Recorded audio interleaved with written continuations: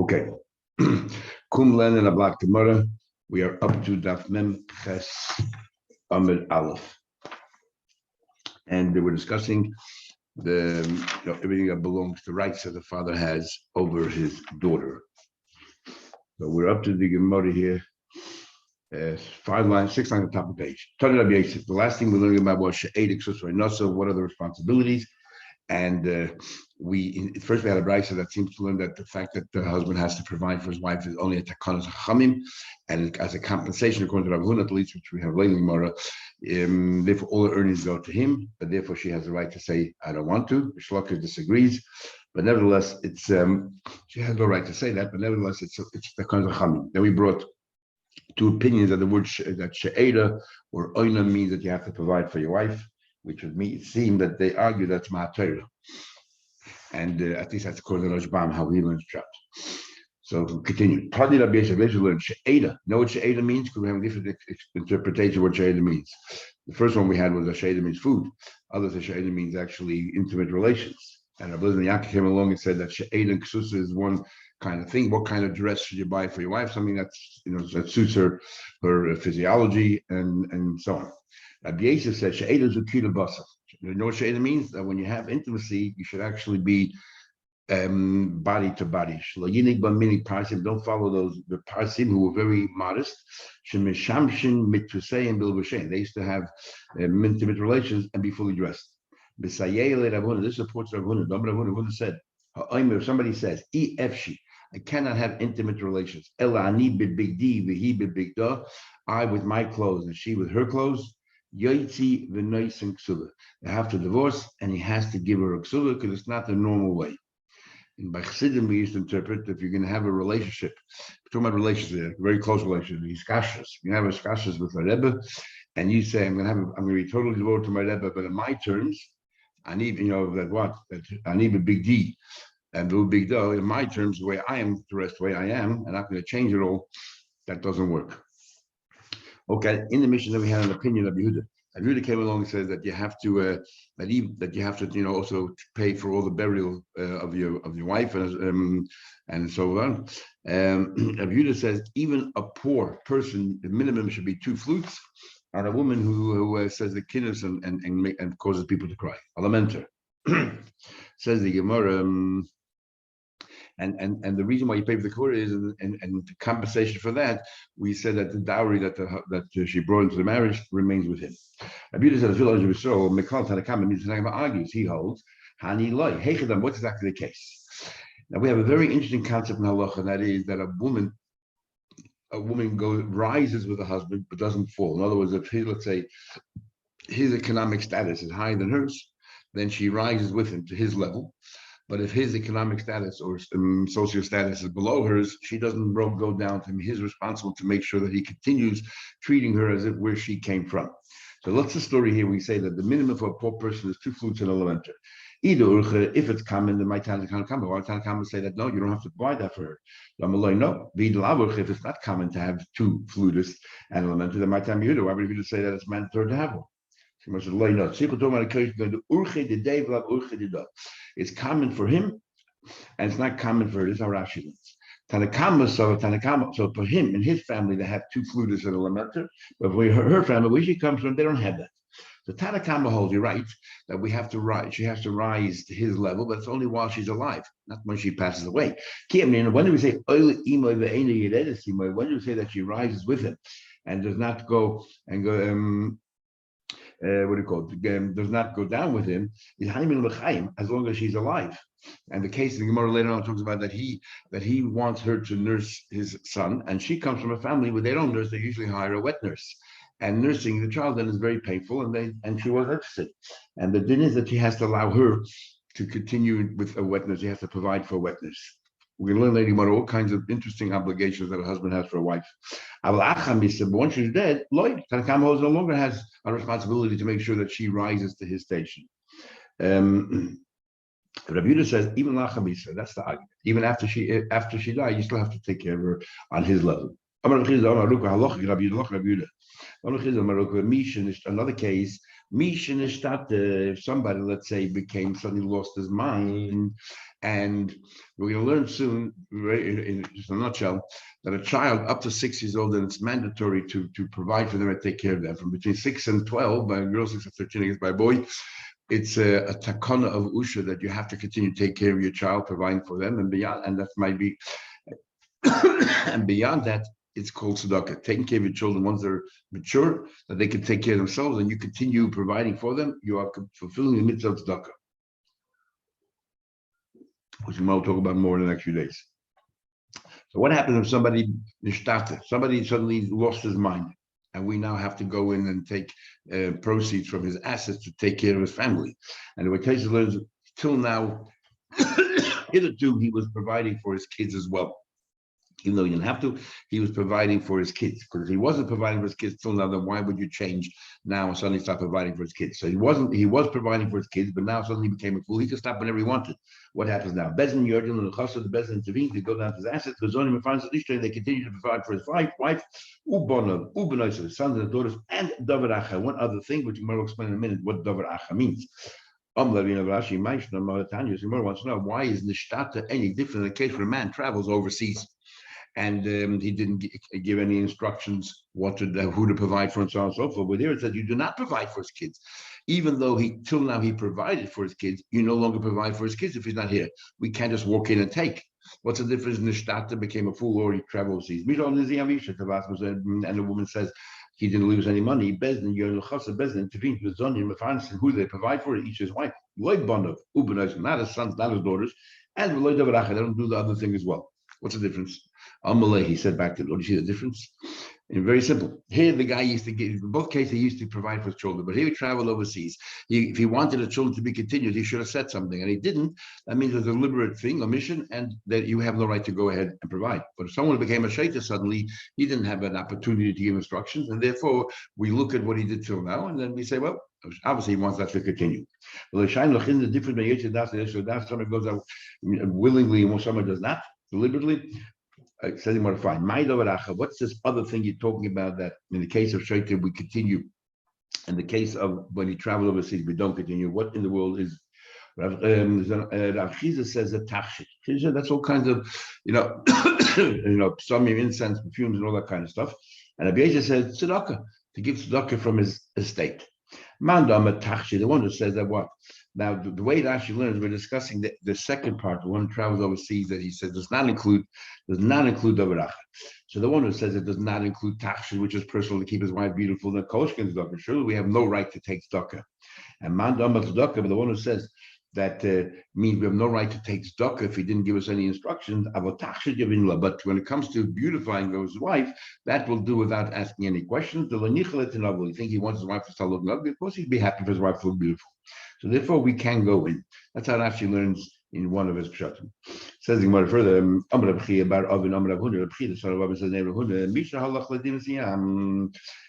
this is case number 3. Somebody went overseas, and his wife suddenly died while he was away overseas. Bezin steps in, the koivrin oisa, and they go ahead and they bury her lefi kvoi according to his status in the community. Says the Gemara, according to his status, and not according to her status. If her status is higher than his, then it should be according to her status.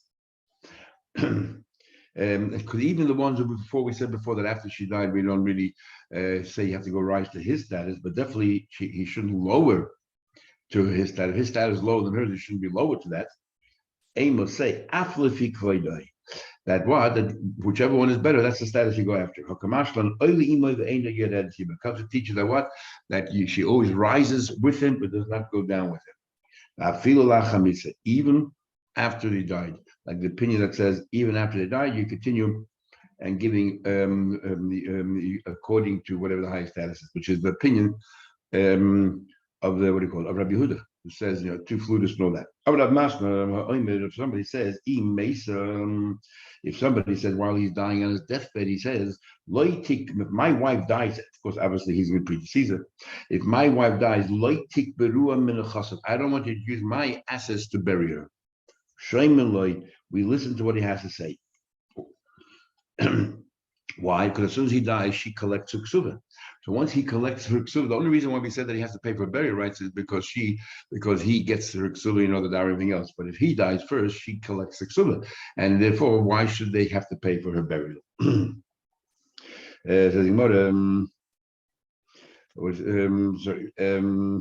So because once she collects ksuba, then there's no longer he has anything, and who pay for it? Her heirs who collect her ksuba, they'll pay for it. Said the Gemara, Maishna, why is that different? Why is it any different than in the state falls before the Yisraelim and since he's no longer alive, it falls before his children. They're not liable to pay for the kur. They took it on. What's the big deal here? Of course, once he's dead, he no longer is alive. Of course, the children who inherit him don't have the responsibility to pay his debts, his obligations.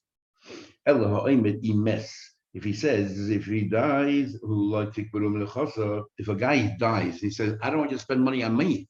He was very, I guess, frugal, and he said, I want you to spend money on me. Let the community pay for my burial. Let someone go collect money, raise money, and collect my burial. Ain't shemla. We don't listen to him. He's talking about himself. You're not believed to make your children wealthier. But if you can afford it, you have absolutely no right to make it the community responsibility to take care of them. You're not allowed to do that. You have to take care of yourself. You only have a right to go to the community and seek help is if you have no choice, no other alternative. Next Mishnah. Okay, we're talking about the rights of father and daughter. The daughter always remains in the domain of the father until she goes into the domain of a baal, of a husband, which we'll see the Gemara means a chuppah, in order to get married. Once you go to the chuppah for the that's when we say that she now moves over to the husband's control. What about the father gave it over to the to the agents that the husband sent? Not to the husband himself, but his agents. That's tantamount to giving it over to the husband. What about when the father travels with them? That means he never relinquished his rights. Or his agents went together with the agent of the husband.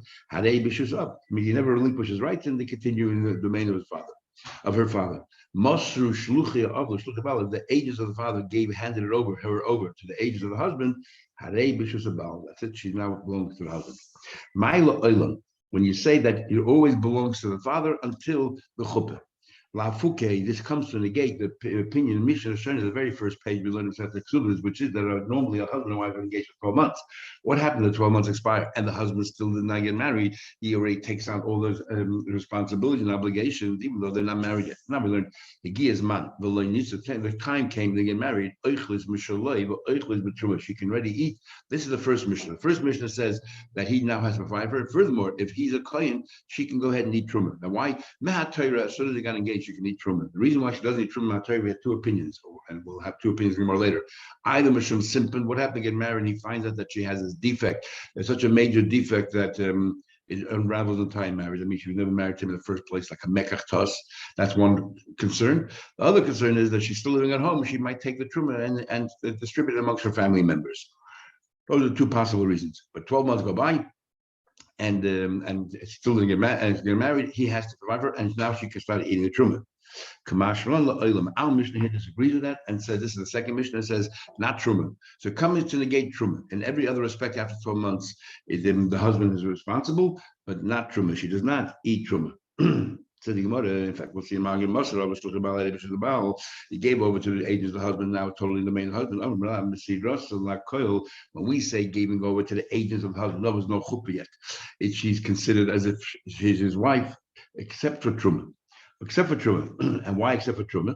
Because the way Rashi learns, I doesn't agree, but Rashi learns is that this opinion follows of the reason because it's simple, and therefore giving it over to the agents of the husband doesn't help. It's still the possibility that he'll find out that she has this flaw, this defect that will unravel the entire marriage retrospectively.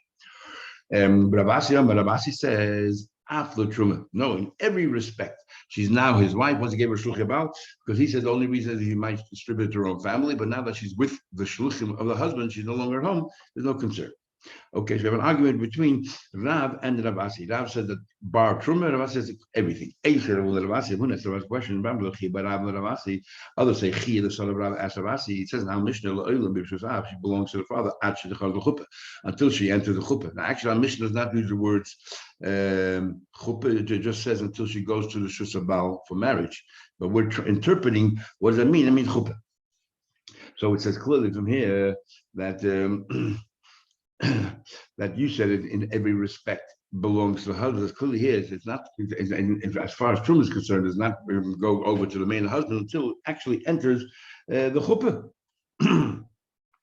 The Gemara, Rav said to his son, I don't want to tell you, like, never ask a question from a Bryce or a Mishnah that can be interpreted two different ways.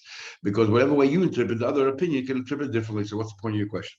Because he can answer you, Mesirasa.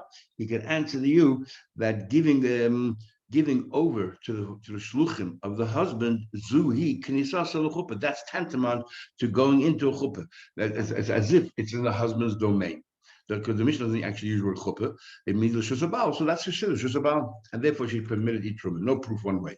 Now we have another opinion. Shmuel says that in fact it does not. When she goes, as long as they don't really get married, then giving over to the shluchim of the husband is only one respect, but goes under the husband's domain. But that's it. Forget about truma, not only truma, other things as well. For example, he can't annul her vows and so on and so forth. And the only thing that is Shmuel, if she dies now, once she's with the agents of the husband, if she dies, then he inherits her. But that's about it. He inherits also the dowry that came across and so on and so forth. Why? Because he gave it over already. Once he gave it over to the shluchim of the husband, as if you're Meichel, the father was Meichel, said you can have the dowry and so on and so forth. But when it comes to truma and even annulling the vows and so on and so forth, or anything that she finds, all those things doesn't go to the husband. So the Shmuel has a third opinion. Reish Lakish says liksuvasa. Reish Lakish says to ksuva. What does that mean? Ksuvasa mai, what does it mean? The imesa that if she dies, yoritla. The only thing that happens if it goes to the domain of the husband, that means it goes to the shluchim, is that if she dies, he yashes the dowry. So Shmuel, like exactly what Shmuel said. What Reish Lakish saying differently. Ravina says no. He meant something else. You know what ksuvasa means? Ksuvasa ma'achamana. If let's say the husband dies right now and then she gets remarried, even though she never lived with the husband, didn't even have a chuppah, just went to the shluchim of the husband. If she marries again, she's no longer considered a basula. She's now considered a married woman who was divorced or a widow, and therefore she only receives $100. She's called like an almana from Nisuyin. That's what it is. They both say, Misirasa Lakol, that it completely goes over the husband after Truma, also the Truma knows they hold just like Rav Asi. So Yechon hold like Rav Asi that she completely in the husband, even Truma. Rav says everything except Truma, and Shmuel says nothing except the only thing that does go over the husband is Yerusha. And Shloki seems to hold like that as well, but Shloki says that now she's considered almana as far as marriage to another person is. Mason asked a question. The father went with the shluchim of the husband together. The agents of the husband together with the shluchim of the husband. Let's say she happened to have a courtyard on the way they're traveling, and she happened to have a property on the way. And they went there to sleep for the night, not as a married couple, just to sleep for the night, to rest.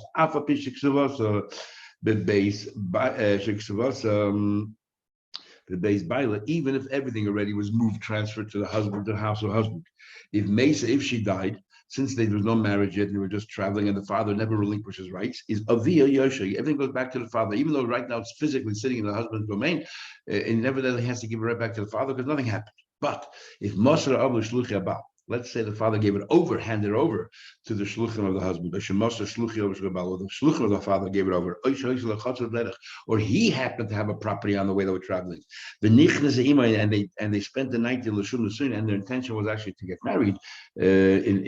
Biblically, is even though the dowry is still sitting in her father's house, it hasn't even been physically transferred to her husband, makes her she dies, the husband inherits her. And then it continues it. So here he's talking about a case where he gave it over to the shluchim of the husband, and it says it's limited. When do we say that the husband took over the domain? In what respects? So that he takes over the dowry. When it comes to truma, ain isha echeles betruma atcha tchazal chuba. She has no right to eat truma. Clearly, like Shmuel, tiyufta dekula, tiyufta. Clearly, and Rashi learns, even though it says the word dekulu, it means everyone except Shmuel, because Shmuel said the same thing, that in every respect it does not go over transfer to the husband, only as far as the Yerusha, the dowry is concerned. That's exactly what the Brisa says. It's all the other ones who say that in every other respect, it transfers to the domain of the husband. It seems not so. But other Rishonim learn from the language of the Gemara to use to the Kula means it's a question of Shmuel as well. And they learn different ways how that is. First of all, Hagufa Kasha, I have another question here. There's a digression. It seems to be a little contradiction here in this Brisa. In the first part, it says that they went together because their purpose was only to rest for the night. They're not considered married. Time in the Lolin because they went for that purpose. Hostam, unless they had nothing in mind, neither marriage nor for a rest. It just went stepped over. The shame Nusuyin, it sounds like they would be considered as if they got married. Ema Sefer, look at the end. When do we consider as if they got married? That specifically had in mind Nusuyin. Hostama, but Stam Lolin. When it says over here, nichnes, when it talks about the difference between these times is not what the purpose was. The difference is who owned the property on the way. And it goes as follows. Both cases are talking about you went in stam. You had nothing in mind. Stam if it was her property, then this time, she's not going to be the one who's going to be aggressive here. It's going to be the one who's going to initiate anything. So therefore, they went for sleep.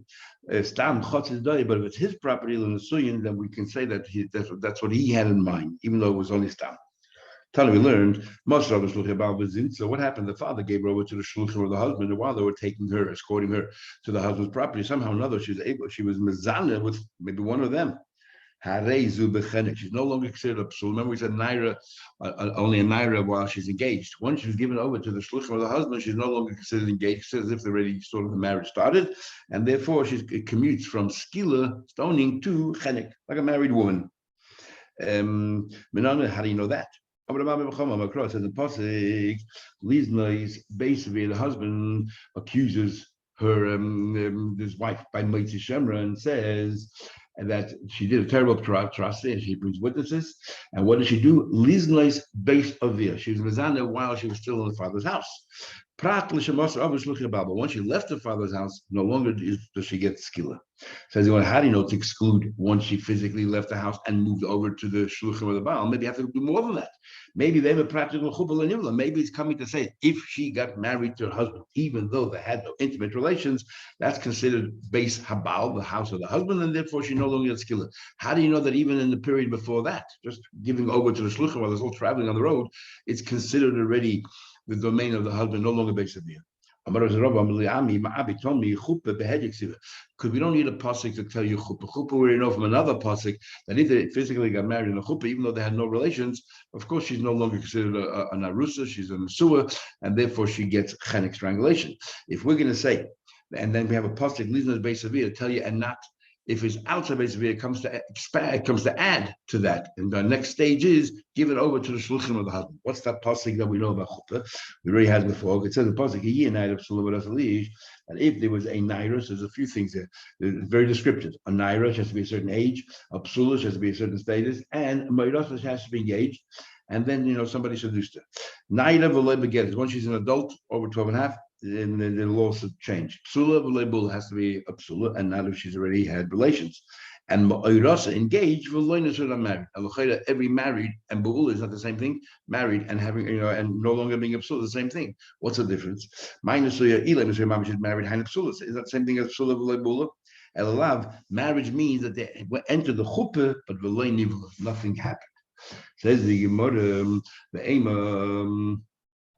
Now the Gemara Rashi says it's not really a question; it's more like a general question, not a kasha, but more like a shaila. The aim. Let us say, maybe we should say that if, let's say, the husband dies, then she should automatically revert back to her father's estate, and everything goes back to normal. Because it says in the Mishnah that once she gives over to the shluchim of the husband, she becomes now the domain of the husband. And it sounds like that even now the husband dies, it's too late. She's no longer the father's control. Now, l'chayda, since the whole idea that learning that we're teaching to go to shluchim about, we learn from an extra pasuk because it says beis aviyah. So maybe, but if the husband is no longer around, maybe she goes right back to the beis aviyah, and therefore, if she would have znus now, she should get skilla. So it's not really a kash; it's more a probing. Amar was his Rabbi, that we already learned from the Rabbi Shmuel. He discussed it. Now, what did he say? Now, what that she no longer reverts once you leave your father's house, you no longer go back in that sense. It says in the pasuk by vow that says the almana v'grusha, the vow of an almana, widow or a grusha, divorcee, call asher osal nafsha, whatever she decides to take upon herself, yokom she has to keep. If she's a widow or divorcee, she's in her own control. Of course, she has to observe them. She made a vow. What's the chiddush here? She's no longer on the domain of a father, no longer the domain of a husband. She's on control, self-control. So of course she has to be responsible for them. Ella, the case is here, it must have come to you. Let's say the father gave over to the agents of the husband. Or the agent of the father gave it over. Then this she became a widow on the way, and this guy she divorced. So what's the status now? She never really went to the chuppah. She's just traveling, but with the shluchim of the husband. What's the status now? Do we say beis aviyah shalzu? Is she considered like part of it, and she reverts back to her family, or beis baila shalzu, or she now is transferred to her husband, but her husband just died? Elalema can tell you. Even she yotza shor acher b'shus of the prophets come and tell you here by Almana and Grusha that she's responsible in the case where the father gave over to the husband's agent, then the husband died. You should know that she no longer goes back to once she's 1 minute out of the father's reshus, she's out. Shuv einu yochel hafter. The father can no longer know the vows. Amar Papa says, we'll just go to the Mishnah. Amar Papa says, because it's just supporting this view. Afanana betanina, we actually learned this very thing. About somebody had relations with a girl who was engaged. Ein chayiv, not chayiv, achete naira psula mayrasa. She has to be a naira, 12 and between 12 and a half, psula, a virgin, and she was engaged. And we add the words, and she has to be in her father's house. What does that mean? We understand those three things. We mentioned them before already. The criteria. But beis aviyah, what do you mean in the father's house? And not what? Lamutimai, what did it come to exclude? Lav lamuti, coming to exclude that once masara of the shluchah baal, once the father gave it over to the agents of the husband, even though the husband dies, no longer beis aviyah. So that supports what the Rabbi just said. Elsewhere as well. Somebody has relations with a married woman. The moment that she enters the reshus of her husband for the sake of marriage, even though they had no relations. And at this stage, she's no longer considered what we call a girl that's engaged, but rather a girl that's married, and therefore you only get chenek. It doesn't say